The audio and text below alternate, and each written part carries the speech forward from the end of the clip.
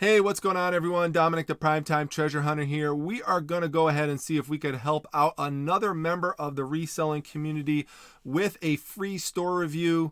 That's right, a free store review. I did ask people in my Facebook group, the Facebook Reselling Resource Center, that if they feel that they are having slow sales despite doing everything they could possibly think of to fix it, to send me a link to their store, grant me permission to show it here on the channel, and I'll put a link to the store I'm going to show you in just a moment down below in the description section if you want to check it out yourself, and permission to use your first name. And so I have done a few of these so far. You could go to my playlist section under a section called Store Reviews. You will see some of the other ones that I have done so far. I'm not accepting any new ones right now because I am currently dealing with a backlog that I am trying to get to. And if that ever clears up, I will let you know. But we are going to go and try and help out Todd today. Todd sent me a message here, and you could see said, my name is Todd. I've been experiencing slow sales. Just curious to see the review. And he put his link there and said, thank you for your consideration. So thanks for sending that over, Todd. Let's get over to your store and see what we can figure out here together. And keep in mind, my whole reason for doing these reviews is to try to help a lot of people out at once, because not only will this help out Todd, as the other videos have shown, other people feel that there are things that they could learn, that they could generalize from this review over to their own store. So keep in mind that even if I can't get to your store right this moment, there's still things that you can learn from this and apply to your business if you're having slow sales. So this is Todd's store right here. I'm going to start off with something positive here, which is that I do like the name of Todd's store, and I like the fact that he has the store name the same as his username on eBay. I do recommend doing that if you can, because it just makes things easier for people to remember things by. I do the same with my business as well. As you can see here, I call my business Primetime Treasure, and that is my username. Now, my username didn't always used to be that way. For those of you who do not know this, you are allowed to change your eBay username. I believe it's once a month you could do it, but you can change it and everything will just change over, so you don't have to worry about losing things. You can do that. So if you used to have a personal account and now you want to switch more over into making this a business, you can do that. So making the two things match up is something that I would suggest. One of the other things that you will see here is that Todd does have pretty good feedback. It's 99.7%. So if we go on and click there, you'll see things look pretty good here. The only thing I just want to point out here with regards to feedback, and if we look at the one negative that's here, one of the things you'll see is that Todd, and this is a good thing, that he turned this negative feedback into a positive in a sense. If you look at the response by the person initially wrote, more than just a hinge was broken, the A button top screen blames it on shipping, but then says, gave me a full refund and let me keep the DS and fast shipping, 1010 would recommend. So obviously he did resolve that, but here's the thing. So if you have a situation like this where you did resolve things to the satisfaction of the customer like this customer would more than likely have been more than willing to do a feedback revision for you. So they will take this, and then you just submit a feedback revision, and they'll actually change the negative feedback into a positive. So you can do that, and that will wipe that out. So I would highly suggest doing that. It's very easy. I have done that before.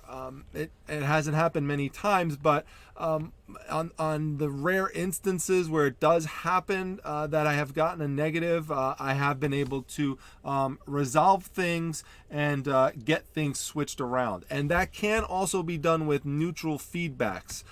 This neutral feedback would probably not be possible to do because the person was upset that the item didn't work and so the return process wasn't worth it for $10. But if you can at all fix it, and I wouldn't worry so much about that neutral because the neutral is not going to affect your selling metrics and rankings and stuff, where negatives will do that. So now just one isn't going to be a huge deal, but still, you know, as much as possible, you really want to see to get that number to hit 100%. So that's just a little tip out there for people who come across this.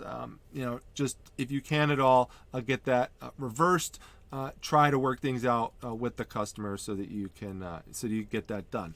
Now, don't get me wrong, that is not anything that's really playing into why Todd is having slow sales, but you know, I just want people to be aware of that because you want to have as good of a perception as possible with your customer base. So now one of the things that jumps out to me, which I have mentioned in other videos, so I'm not going to excessively dwell on it here, is the need for branding. So good name, but Todd, I definitely would encourage you to get some kind of logo that goes here and a banner that cuts across. I've mentioned this before, but you can go to Fiverr.com. I don't have any business relationship with them, but Fiverr.com. Something similar to this that, you know, sort of tells the story of your business and you know, what it is that you sell. So these are just some examples, and this was done through Fiverr.com. So I have mentioned to others who I've done store reviews for before to make sure that you have categories fleshed out. And of all the people whose stores I have reviewed to date, Todd definitely has done the best with a category rollout. You could see here he does have many categories listed. So that is good. The one thing though, Todd, I would encourage you to do is to make your categories alphabetized. And that's a simple thing to do. You just go within your eBay store editing functions, and all you have to do is click on that top button and it will just organize everything alphabetically. Now there's another way you could sort your items in categories based on the number of items that you have, but that's not how Todd has classified things, because you could see here, if we go under clothing, we have 14 results, but then if we go into electronics, you have 43 results. So it's not being organized currently according to the amount of items that are listed. So I mean, that is one way you could do it, but I actually think that alphabetical is easiest because it helps people more easily be able to find things, especially if you have a lot of categories. As you can see here with my eBay store, everything here on the side is listed alphabetically, and it just makes it much easier for people to find things. And one of the things that I have not mentioned in other videos as well is if you have an eBay store, remember, you're paying for an eBay store. So make sure you take advantage of the features, which, speaking of features, is your featured item section. So make sure you get to put up to 4 items in your featured section here. So make it something that either is maybe a more expensive item that you want to showcase more, or something that you think really highlights your business. For me, comic books is what I specialize in. I have a lot of other things that are vintage and collectible in my business besides comics, but I chose to highlight some of my higher grade and or more expensive comic books or comic book collections right there. So you know, that's something I would suggest that you do, in addition to making sure you put some type of store description there. So I recommend keeping that to 1 sentence, because right now we literally have no description of what your business is, besides that there's cool stuff there. So it's really screaming for some more stuff there. And if you do that, someone asked me the other day in response to one of these videos about branding, that branding will help get you followers, and it will help people identify more with what it is that you're actually doing. So that's something important. So let's go into Todd's store some more. And what I'm going to do here is I'm going to just go back to the main page here. And what I did is I sorted things by lowest price, because Todd does have, and this is a positive in a sense, is that Todd does have a lot of items listed. He has 534 items listed. So it's good that he does have a lot of inventory there. But with that, if you're going to have a lot of inventory that's present, you want to have inventory that you're going to be able to turn over and that you're going to be able to sell. And so if you have that many items listed, and you're still having slow sales, that's problematic. And that tells me right there that there's something wrong on some level, not with everything, but there's something wrong on some level with the types of items that are being listed. And so if we go down, I'm just going to take a look at, let's say this one right here. We've got this WWF In Your House PlayStation 1 disc only works. Okay, so that's the title. So obviously it's this video game here, right? So let's go down, and now first of all, by the way, and I've seen this happen on several of your listings, Todd, is you see here where it says find, see, it runs together as one word. You want to make sure you separate that, because that looks like you're just kind of rushing through it. And keep your capitalization consistent, because it's just a mixture of lowercase and uppercase. And these things all sound minor, and you might say, well, that's not why I'm not making sales. But it all leads to a pattern, and you're going to see what I mean in a moment. As we go down here, it says WWF In Your House PlayStation 1 disc only works. Please, I'm begging you to start writing your descriptions so that there's at least some kind of separation in terms of the concepts you're trying to convey, because that all just runs together. And I believe that is causing confusion amongst some of your customers. And I'm going to show you some evidence of that in a moment. Let's go over here. Okay, and let's look at this same disc. So you see what I typed in here, WWF In Your House PlayStation. And I just sorted it by lowest to highest in terms of completed sales in the last 60 days. So you could do that just by clicking the advanced tab. And you can see here right off the bat, anything in green means it's sold, that we have a disc that's sold for $5.85. Well, if we go over to Todd's pricing here, Todd's got this priced at $4.99 free shipping. Now, so you've got it priced lower than somebody who sold it two times, sold for a higher price than yours. So what is going on here? Why is this item not selling? Well, if I'm looking at this, I'm kind of confused, and I'm thinking to myself, wait a minute, one disc only? Does that mean that there's only one disc and there's maybe supposed to be two discs? Or then it says one disc only works. You could look at it that way and think like, okay, maybe there's only one disc that works, or only works. What does that mean? It only works. I don't get that. Why is the term only being used in that way? Like the way it's jumbled together is just confusing. And I know, thinking through this, what it is that you're trying to say, which is WWF In Your House, period, PlayStation 1, period, disc only, period, works, period. Like, you mean these to be separate things. But how much extra time is it going to take to write, this is the WWF In Your House video game for the PlayStation 1. You are receiving the disc only, and in parentheses you could write no case, and you could say tested and works. So that would be a much better description. And of course, if there's condition issues like scratches, you want to mention that. But that would be a much better description for you, Todd, and would significantly increase the chance that you're going to make a sale. I would also work on your backgrounds. I could tell this was put on some corrugated piece of cardboard back there. It's very easy now. If you get the eBay app and you look at the updates that just came out to this, there's a function in there where you could just basically tap a button and it will give you an automatic white background. Now, it's not perfect for every item, and sometimes you still would want to use something like Photo Fuse, so you still got to play around. There's no one perfect one-size-fit-all solution for white backgrounds for every item. So again, sometimes you have to customize things a little bit, but it's an easy solution for that situation. So that is one thing in terms of making sure you have better descriptions. Now, another thing that I want to talk to you about has to deal with pricing.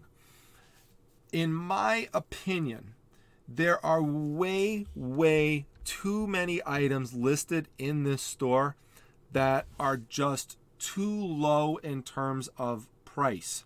There are just too many items here that are not worth the time. Again, this is my opinion. Someone else could feel different about it, but in my opinion, it's just not worth the time.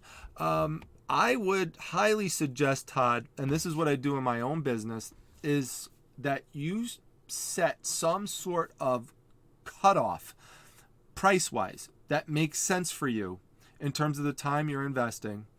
And I would personally suggest a number of $9.99 with, if you want to do free shipping, with free shipping. So no item listed in your store that is less than $9.99. Now, there's some people like my friend Don, the auction professor, who sells some things less than that.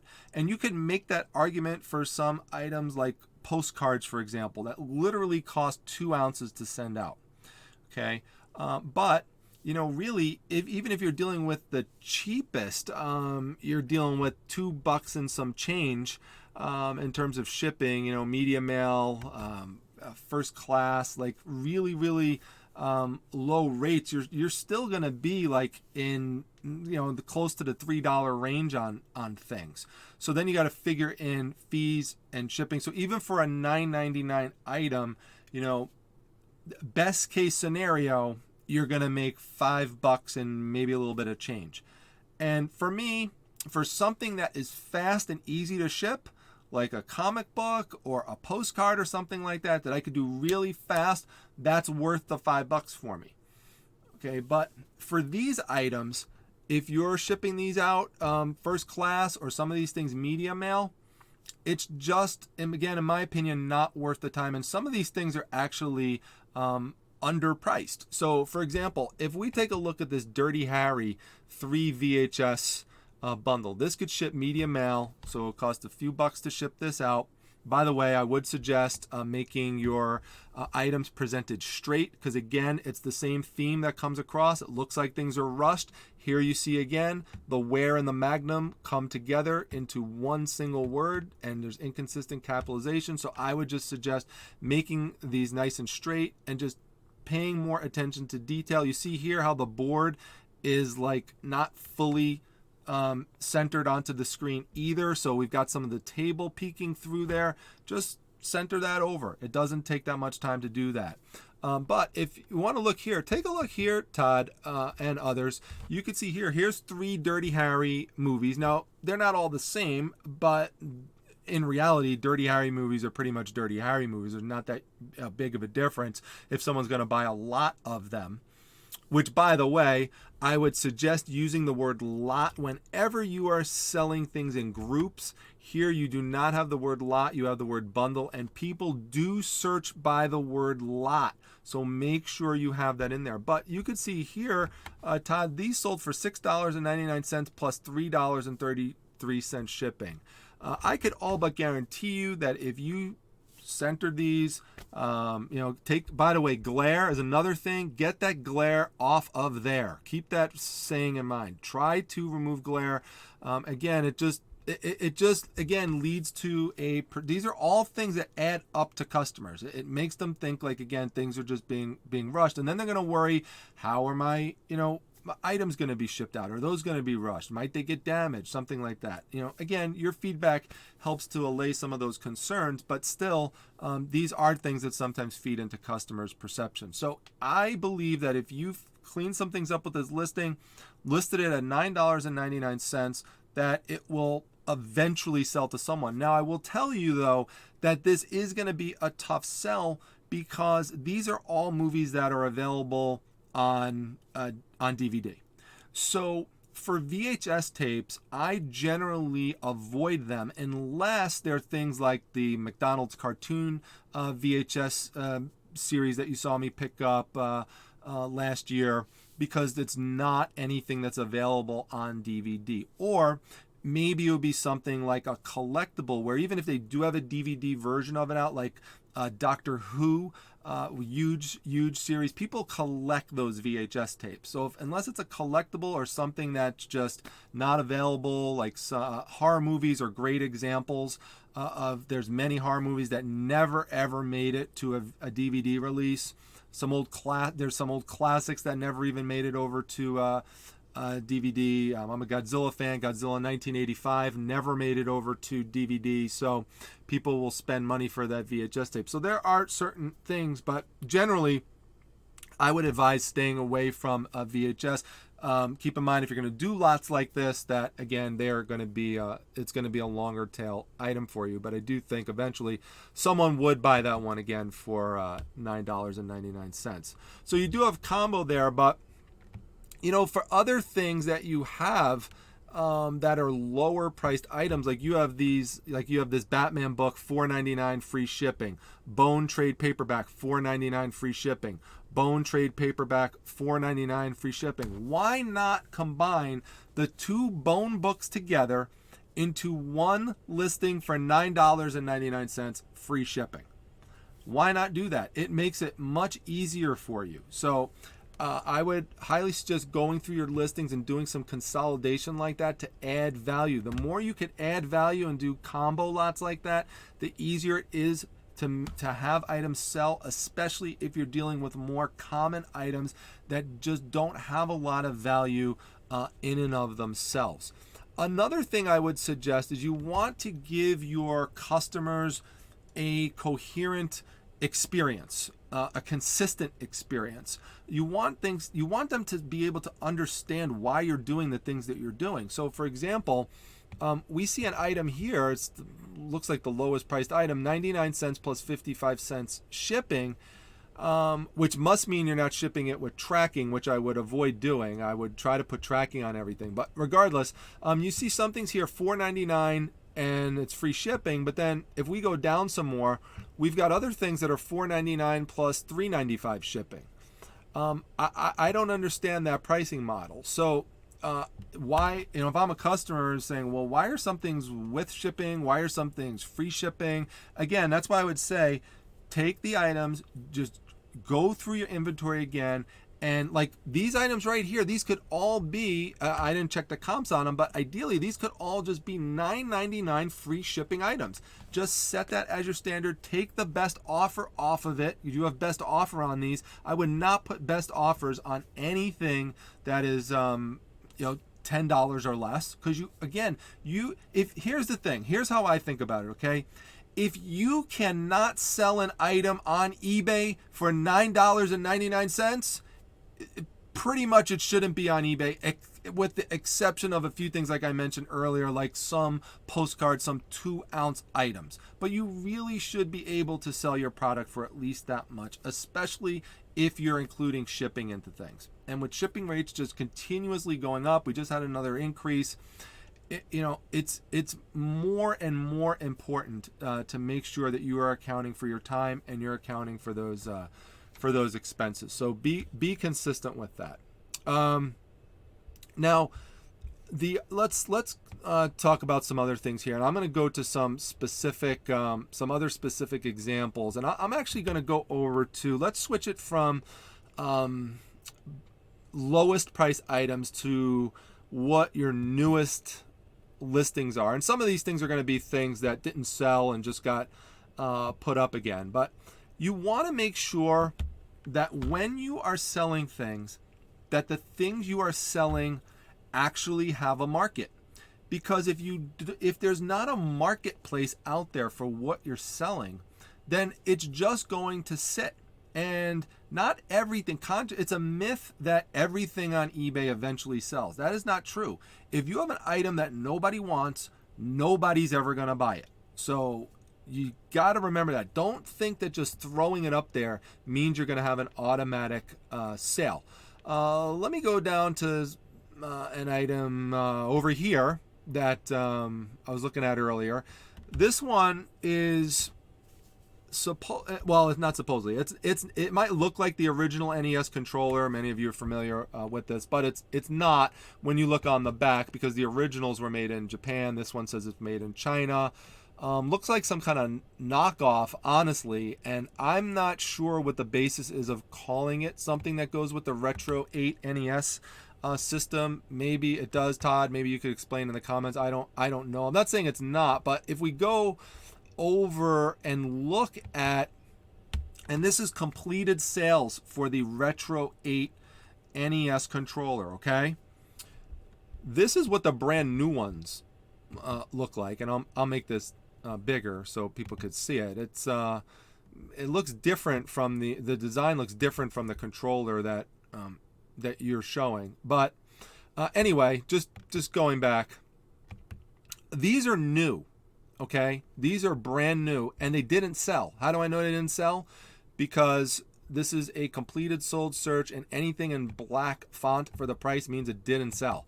So none of these sold, and they're not only brand new, they're brand new in the box and didn't sell for right around $10, $5.99 plus $4.20 free shipping.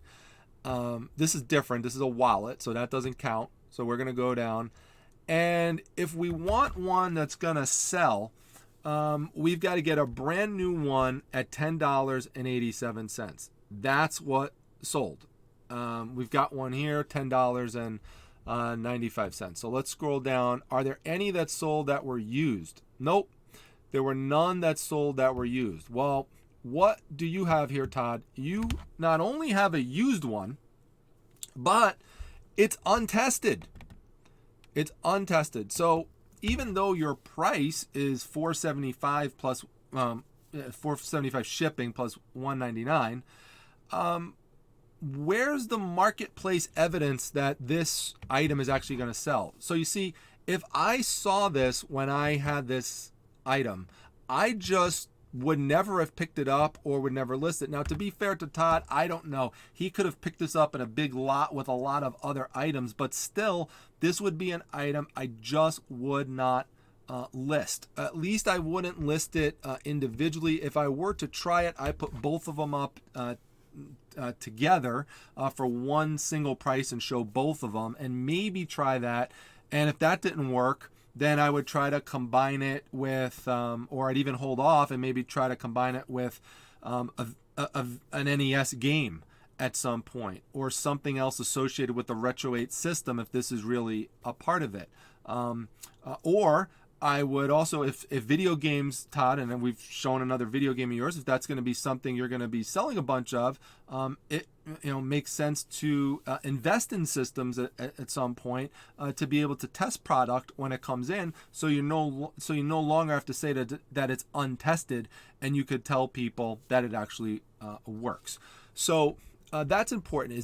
So you're gonna have to go through your items like that and make sure do you actually have a market for it. And another thing I'd say about this is that it's important to do this when you are sourcing, so you don't pick up things that you shouldn't get, because that's gonna be a problem. So let's go over to another item. Let's see. There was one I was looking at earlier, and I want to find it because there was some interesting points that I wanted to make out of it. And I'm going to have to, oh, here it is. It's actually right here. It's the first item. This is the Mighty Morphin Power Rangers movie item, and this is a promotional piece through McDonald's. So we've got it right here. There you go. That's the item. It's still in the bag. And Todd's price on it is $9.99 plus $4.75 shipping. So let's go do a comp search. By comps, I mean comparables. So we're going to look at what this item has sold for in the past 60 days. It's been up to 20 times with some combination of these words. Now, some of them have been in lots, so we can't use those as comparables. So we're going to scroll down. Here's some that didn't sell. And we finally have one that's sold. And this one that's sold, and I checked this one earlier because it has a cross through it. So a best offer was taken. I checked that. That best offer accepted was $7. Person had it for $8.99. They accepted $7. So $7 plus $4.70 means it's sold for $11.70. So the highest price for this item that it has sold for in the last 60 days is $11.70. Yet Todd's current price on it is $10 plus $4 plus $4.75. So basically $14.75. So it's higher than what the evidence indicates it's actually worth. Now, you do have to keep in mind that if there was only one of these that sold in the last 60 days and someone sold it for $11.70, that doesn't necessarily mean it's worth that. That person might have underpriced it. But when you have a whole bunch of them on the market currently and previously, then you could be much more confident that this data that I'm showing you here is really telling you the value of your item. So if we go down, we see that there's some other ones here: $10.99, $10.98. Again, Todd's prices are going to be higher than all of these, obviously. Go down, go down, go down. So you can see that. So let's then go and let's see what the current competition is for this item. So I have this sorted by lowest to highest, and we're going to scroll down here. And we're not going to count these because these are outside of the bag. So let's wait till we get one that's in the bag. Here we go.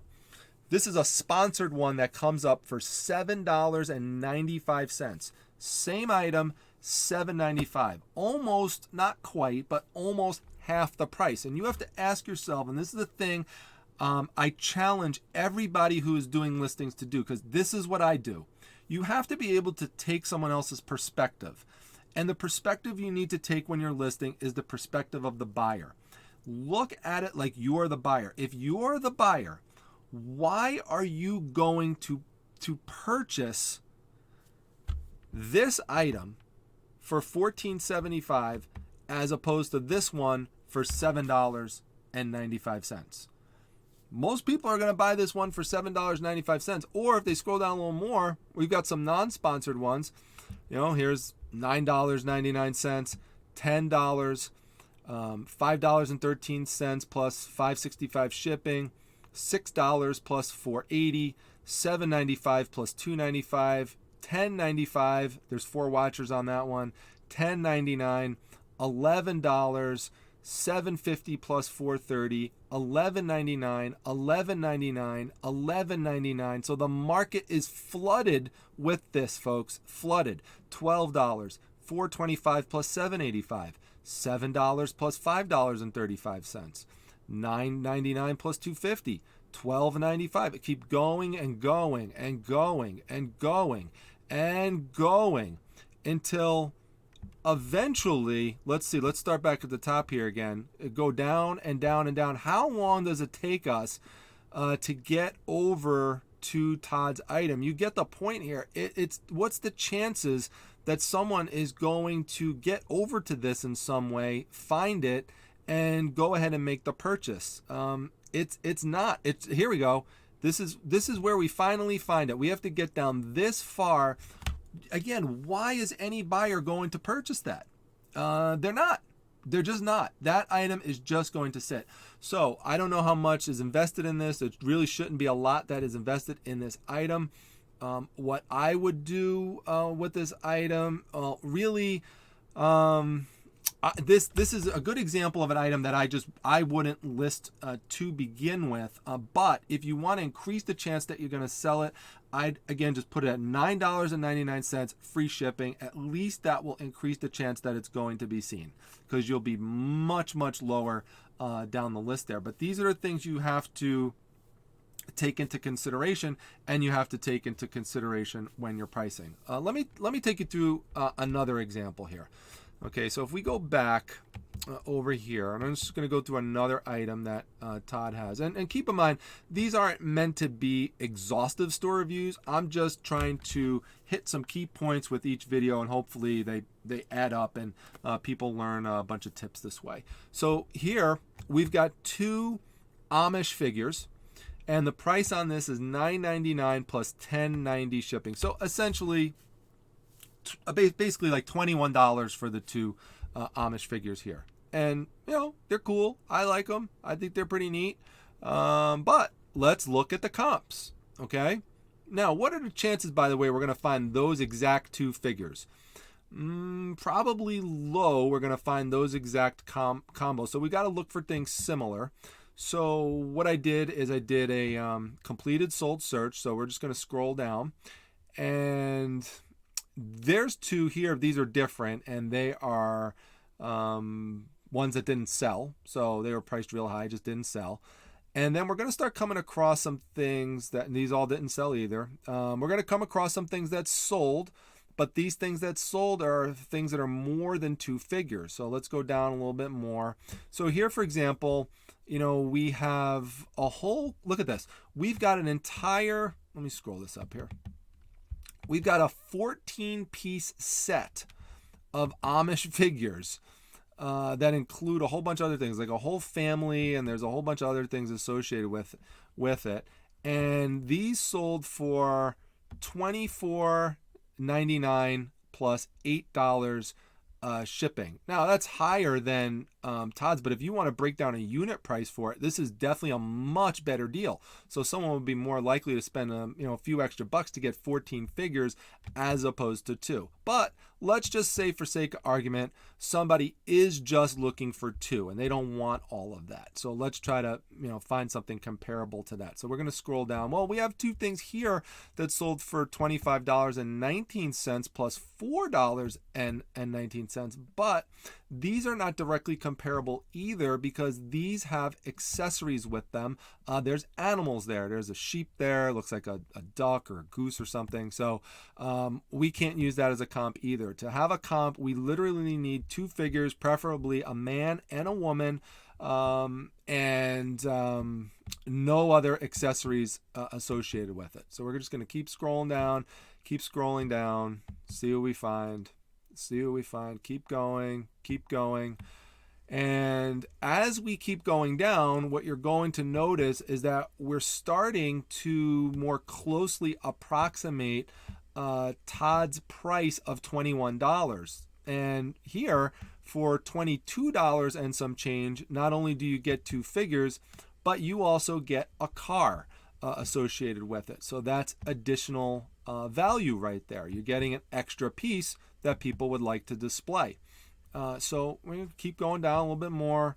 Keep going down. Now that's a single figurine, but we want to compare to 2 people. Now this is actually Todd's right here. So you can see this one. This actually didn't sell. So the one that you currently see over here is one that has just been relisted today because it didn't sell. So we're going to keep going down some more. And now we have 2 here that sold. This is a set of figures, and an offer was accepted. It was $14.50 plus $4.95. So this sold for less than Todd's price of $21. So really, the highest price for 2 figures that we could find in the past 60 days, we get again in this situation where it's less than the price that Todd has here for his item. So we're gonna go down. We're gonna go down some more here. Sorry, we'll get to that page in a minute. Keep going down. And now you can see we even have families of 4, families of 3 for $17.99. So lower than that price of $21. You get my point here. So for us to be able to make a successful case to a buyer that you should spend $21 on these, which is more than what you're seeing the established market rate is for it, you've got to be able to make a case that there is something special about these. Something so special that you should spend more than the established market rate. And there is nothing that I could see here that would make me say that. She's holding a bag or a sack, whatever you want to call it, but that's nothing that's going to, put the price over the market rate for it. So now we don't have an identical comp to this, but again, based on the similar comps, and people always ask me this, they say, well, what do I do if I don't find an identical comp. This is what you've got to do. You've kind of got to go through this reasoning process, and you see there's a bunch of things that didn't even sell with 3 figures. So some will sell, some won't. It's kind of spotty, but here's other ones that sold. I mean, this is somewhat similar, and this was an auction. This one sold for $3.60 plus $12.55 shipping. So, right around like a $15, $16 range, is what this one went for. So if we then go to current pricing and we look for comparables, so if I'm in the market for 2 Amish figures, a man and a woman, can I find anything less than $21 to purchase? And as you can see here, there's plenty of examples. Even the cheapest one here, I could spend around $10 and I could get this couple right here for about half the price. You can make an argument that there's a little more damage on this than on Todd's pieces, but if we keep scrolling down, we will find other examples of things that look somewhat similar and don't have as much damage as that item over there. So you could see for yourself as scrolling. We've got the girl and boys figures here, man and woman, but we've got a whole lot of them, including some that have more figures. I mean, there's 3 figures right there. That's a mom with 2 kids. We've got there's one with a wheelbarrow there. A lot of them. Here we go. Look at this. We've got a family of 4 for $6.95 and $6.50 shipping. So I kind of rest my case on this in that if you're going to put the price as high as this is, you've got to be able to justify that in some way to the marketplace, or else it's going to sit like I showed you earlier, and this item didn't sell, I believe, for the reasons that I put out there. So really, I think that there's a lot of tips and there's a lot of points in this video. Again, my point in doing this is not to be punitive in any way. It's really designed to help people out, help Todd out, and help others out, because this is a consistent problem that I see in terms of the pricing of items. I'm not saying race to the bottom on everything, but what I'm saying is make sure that your prices are falling in line with the established market trends, or they are just going to likely sit for a very long time, and you're gonna have slow sales. So there are plenty of things that you can do to get things back in control and increase the speed and the pace of your sales. So I hope that all these tips are helpful. If you found anything in particularly helpful or something new to you learned, a new insight, I'd love for you to share that down below. I like to hear about the ways that this helps you out. If you have any additional tips for Todd, be sure to point that out and check out his store as well. Again, I will put the link down below in the description section. I will be doing some additional store reviews, so if I didn't get to yours yet, I will definitely be trying to do that in the future. Speaking of links, by the way, make sure you, I put my eBay store out there. Go check it out. The links are down below in the description section as well. Lots of cool items there for you to see there as well. I mentioned the Facebook group. We just hit 16,000 members in the Facebook group today. That blows me away.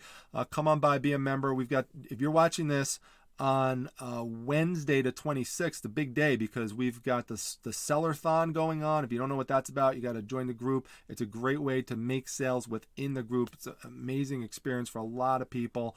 That's a lot of fun. We do that every month. Tonight, Wednesday night on this channel, come back 9 p.m. Eastern time. We've got an amazing guest. I have got Jack Chestnut from Locker Nuts. So if you want to learn more about storage units, I mean, this is going to be the video for you. It's going to be a great time. His wife Jana might be there as well. So I hope to see you there. Come on by to that. I did mention I put a little donate button here. If you would like to support the channel, you can just click that. And that does have the name of my General LLC, Med Friendly. which is named after my medical websites, but my Primetime Treasure account is what it is linked to. So that does help to support the channel, and I do, of course, appreciate any support. Also, make sure you come to my Instagram page. It's at prime_time_treasure, and I hope to see you back tonight for the live show. So that's about it. Going to sign off, and take care, everyone. Bye-bye.